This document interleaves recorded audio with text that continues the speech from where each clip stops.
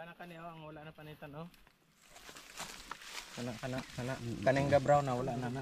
Ito po ang kahoy na ang balat niya ay maaring pangsindi. Ito. Oh, yan. Ito po, pwede itong sindihan. Iilaw po ito siya, niningas. Pwedeng pang ilaw, pwedeng pang palingas sa magpaningas ka ng pugad. Oh. Testing. O, i-try mo natin. Oh, ito kita mo? Good. Ito po ay katotohanan. Ito po ay ginagamit po sa mga katutubo sa mga lugar na ito sa ilaw sa gabi at pang paningas. Kaya dito lang po ito sa bundok makikita. Kahit buhay, kahit ano dito, kikita nyo na. Oh, mayaman ang bundok pag mayroon kang kaalaman. Wow. Salamat po.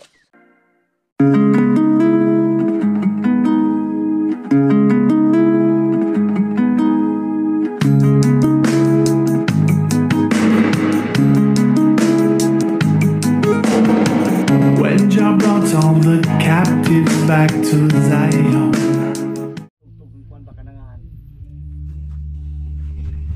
Hey guys, good morning. Welcome my channel to Jeff TV. Good morning. Oh, ngayon akit kami ng ano ngayon, New Eden. Kasama ko si Kuya James, Samuel, Sewel, Sir Ben, Stephen. New Eden, akit kami para maligo kasi maganda yung tubig doon. Saka pakita namin sa inyo yung pinaka the best na tubig sa buong mundo. Ito yung tinatawag na Kangen water. Ito yung dokumentarista natin, si Kuya James, yung speaker namin, speaker. Totoo po yung sinasabi ni Sir Jeep. Kaya antabayanan ninyo mamaya, makikita ninyo ang Kangen water. Hey guys, hindi po ito ano ha, mga matataas na baril, ano lang po yan. Pang-ibon lang ito, pang-ibon. Airgun. Pang-ibon lang ito. Airgun lang yan, airgun. Pero ang panghangin. Airgun lang yan. Yan. So, sana makakita kami ng ano, pangulam mamaya. Sana. At galalinis rin sa lugar para ano, matagal lang hindi nakabalik doon. Saka yung lugar na special yun para sa lahat. Amen. Welcome para sa lahat yun. The best water sa New Eden yung Kangen water. Alright. Yan, best pa sa lahat.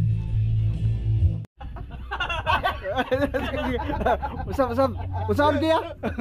Usaon. Delikado. Tawagan ni kumari. Madam Rosa na ba? The hole under the water. Under the water. You careful. Shot. Under another good place. Yeah, okay. That invisible. But Yeah. not true. We're talking about the guests trying to go inside of the secret lagoon. There's a small hole. When you get in, you need to watch your head. Be Watch careful, then just then- 3 seconds breathe. You need to 3 seconds breathe. Then just dive. Then you see, before you see the secret lagoon.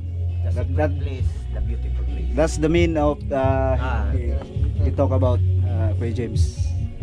Right.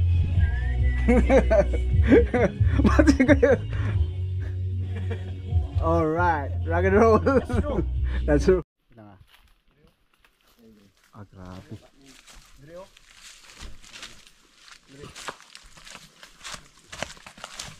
Yeah. Hello.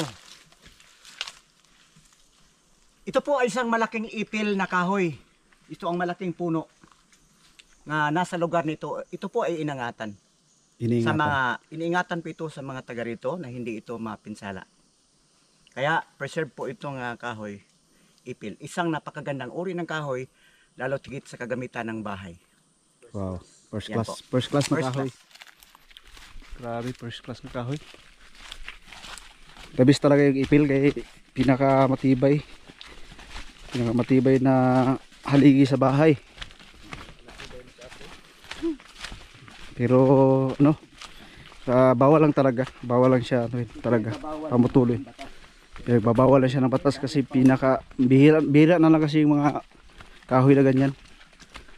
Kaya yun guys, naglalakbay kami ngayon papuntang New Eden. Pakita namin sa inyo mamaya yung pinakamagandang tubig, na pinakamataas na antas ng tubig sa buong mundo, yung tinatawag na Kangen water. Kana kani ang wala na panitan oh. Kana kaning brown na wala na. Ito po ang kahoy na ang balat niya ay maaring pangsindi. Ito. Oh, yan. Ito po, pwede itong sindihan. Iilaw po ito siya, niningas. Pwedeng pang ilaw, pwedeng pang palingas sa magpaningas ka ng pugad. Oh. Testing. O, i-try mo natin. Oh, ito, kita mo? Good. Ito po ay katotohanan. Ito po ay ginagamit po sa mga katutubo sa mga lugar na ito, sa ilaw sa gabi at pang paningas. Kaya dito lang po ito sa bundok makikita. Buhay na balat. Kahit buhay, kahit ano dito, kikita nyo na. Oh, mayaman ang bundok pag mayroon kang kaalaman. Wow. Salamat po. Salamat Kuya Kim. Hey! Tara na. Galing talaga. Ilaw na po tayo. Kuya James, siya po yung Kim Atsinsa namin dito sa bundok ng Palawan. Ang buhay ay Grabe. wither lamang. Oh, wither lang. Tayo